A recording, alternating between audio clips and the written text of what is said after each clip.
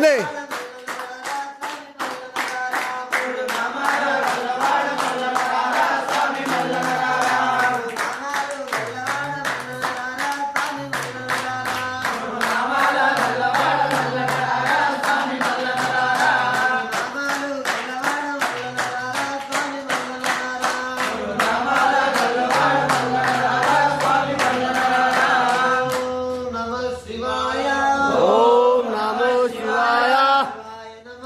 శివాయ నమో.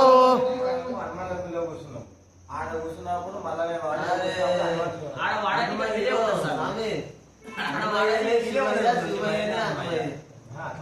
ఓకే నాకు అర్థమైంది. ఫస్ట్ అన్నప్పుడే మళ్ళీ అమ్మాయి అనేది